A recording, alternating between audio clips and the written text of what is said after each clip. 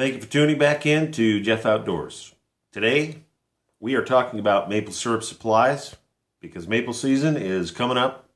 And if you're at home and you need something to do, or you have maple trees in your yard, you have kids, you want to get them on a nice little project for the winter, my opinion, this is the thing to do. It is involved. There's a lot of work and there's a lot of supplies that you need for making maple syrup. And that's just kind of how it is. So, just to run over some basics. That's all we're doing here is basic supplies. If you have any questions at the end of the video, you want to make a comment with a question or something, let me know. Glad to help out.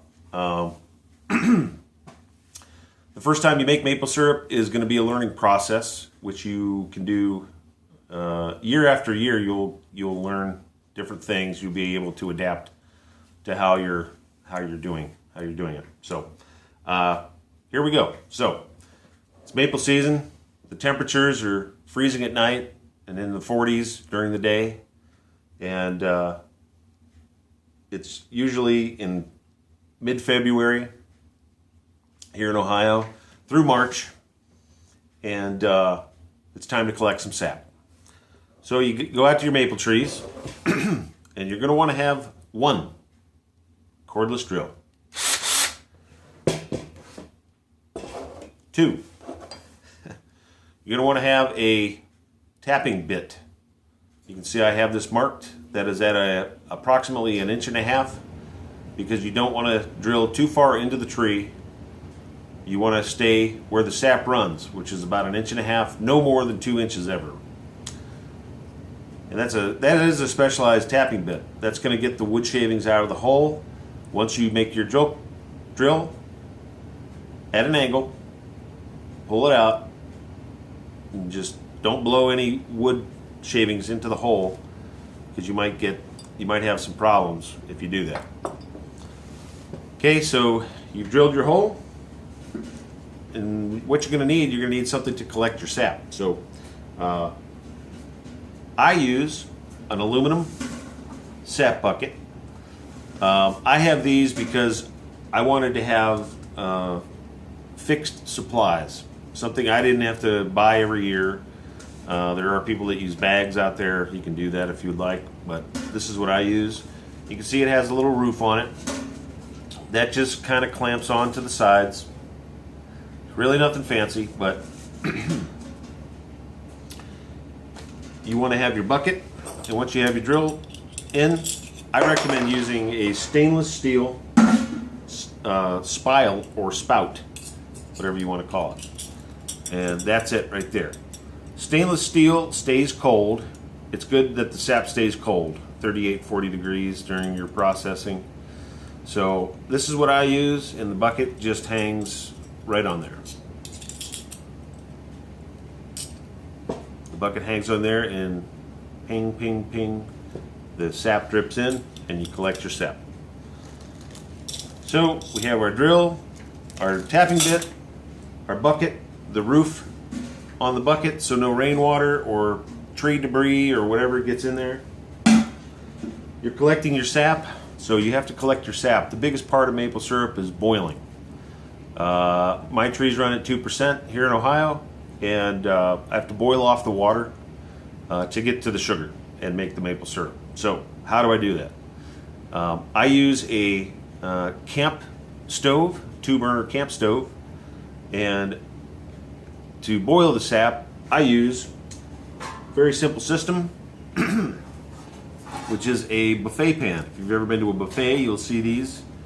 Pardon me. This is 4 inches, 4-inch width here. So it's 4 inches. You're not going to fill this up to the top and start boiling. I boil 1 to 2 inch depth inside the pan. Okay. And you don't really want to fill it up more than 2 inches at any time. 1 inch, 1.5 inches is probably best. That's going to speed up your boiling time, and you'll just be more efficient and what have you. So propane and a burner, like a turkey fryer burner or a camp stove, 2-burner camp stove, is the best way to go. Propane is good because if you need to shut off and shut down, for some reason, you can. If you use a wood-fired source, that's going to be a little bit more difficult. So something to remember. So I have 2 of these, and I set them on top of the burners on the camp stove, and I boil it down. If I have 6 to 7 gallons of sap, I can boil down and make 1 pint out of that sap of finished maple syrup. So, a little note there. So you're boiling your sap on your pan. Now you have to boil that down as much as you can to like a near maple syrup. So it's not finished. So what you're going to end up doing probably is doing the finishing boil inside in your kitchen. You don't want to boil maple sap all the way inside your house. The steam and the stickiness will get all over inside your house, so that's not recommended. So once you have your sap boiled down, you want to filter it. So our next supplies will be maple syrup filters. These filters I get at my local hardware stores here. I live pretty much on the edge of one of the largest Amish communities in the world, and this Maple Supplies is actually pretty much available for me.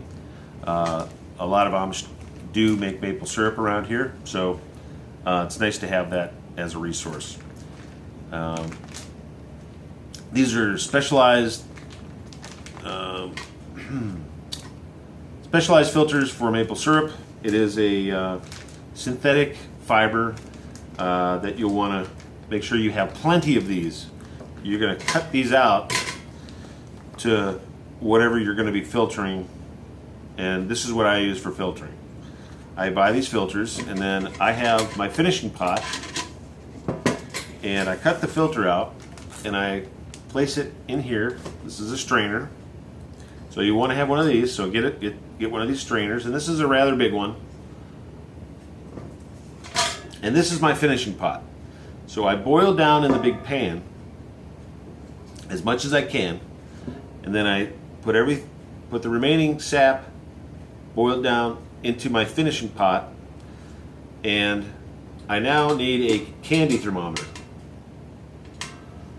So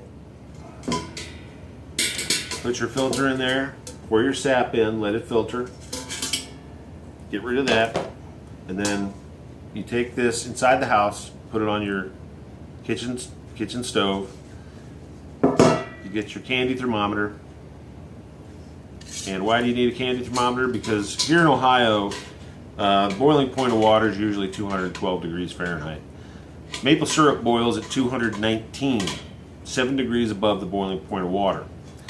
So this is going to ensure that your syrup is meeting the 219 degree mark, and you will know when you have syrup when you hit that temperature.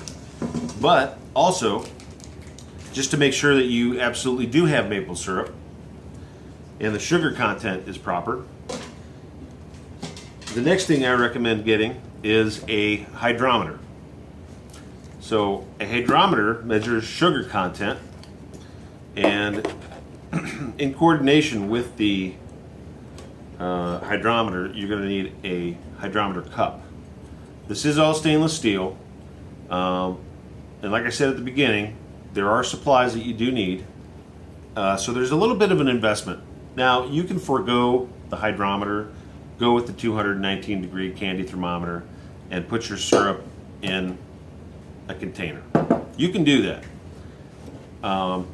If you absolutely want to make sure that you have pure maple syrup at the proper sugar content, get a hydrometer. These aren't very expensive. I think I may have paid $14 for this.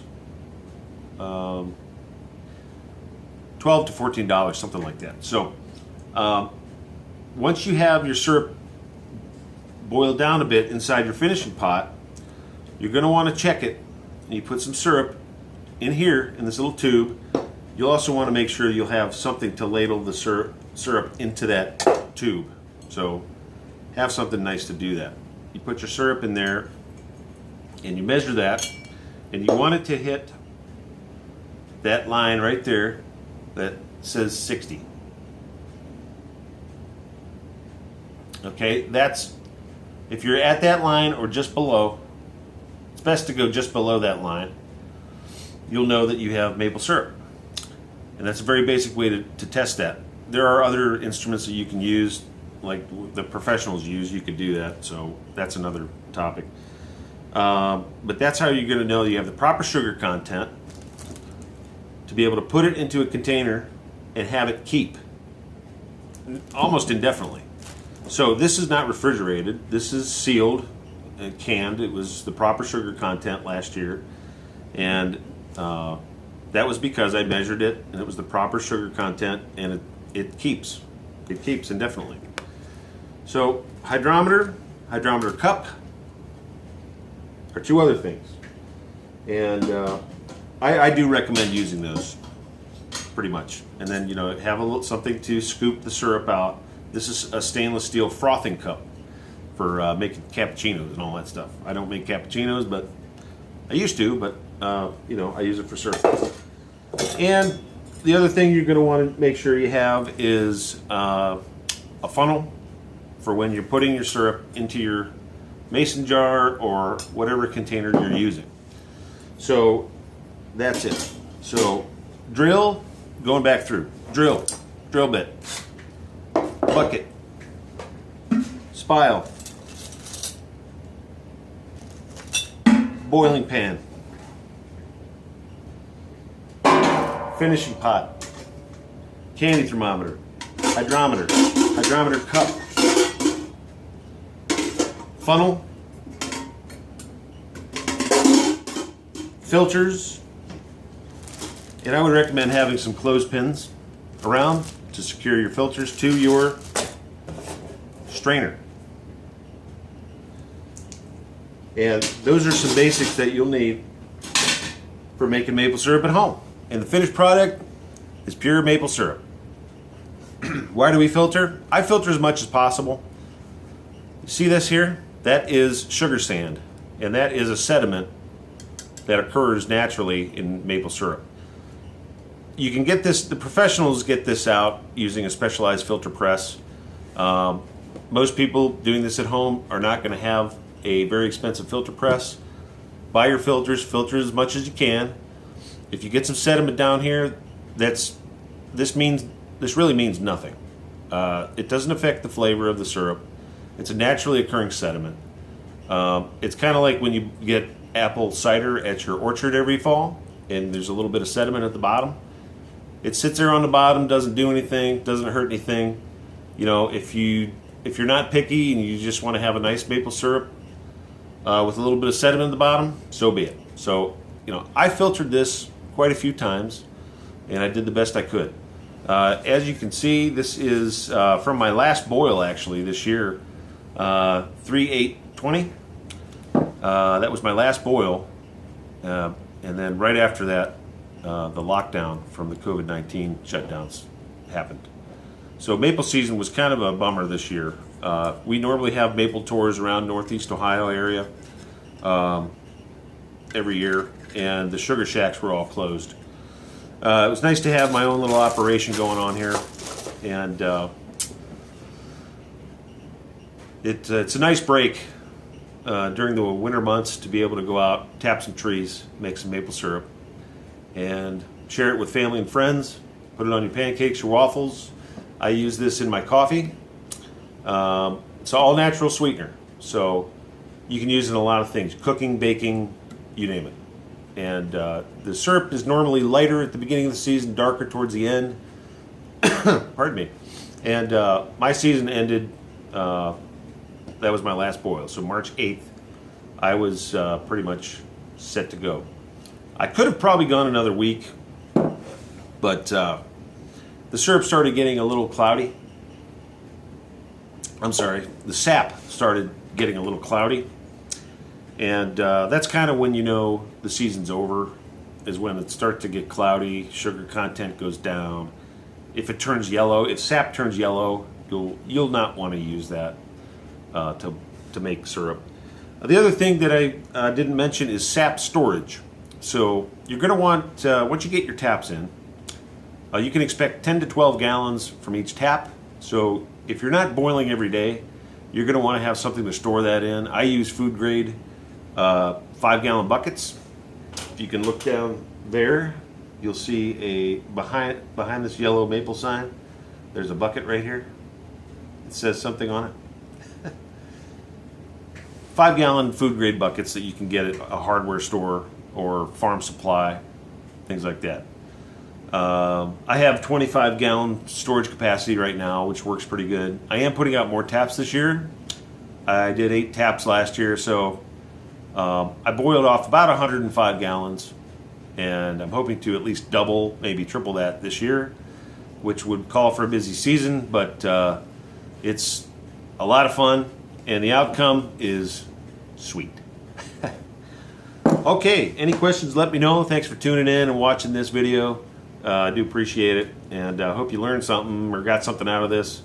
And if you're going to go ahead and go into maple syrup this year, I wish you the best of luck. And let me know how your season went.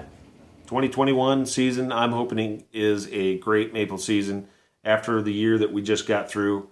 And we'll see what this year brings. And so God bless for now. All the best to you, and have a happy maple season.